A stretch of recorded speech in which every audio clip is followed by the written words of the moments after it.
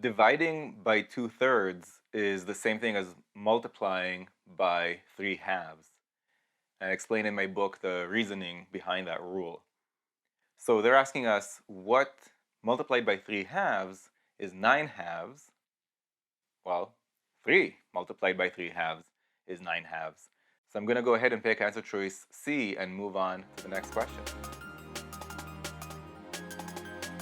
If you found this video useful, go to quantreasoning.com for a lot more where that came from. You should also click that like button and let me know in the comments below what you'd like me to make future videos about. And of course, if you haven't yet subscribed, go ahead and do that and click that bell below so you get notified about future videos.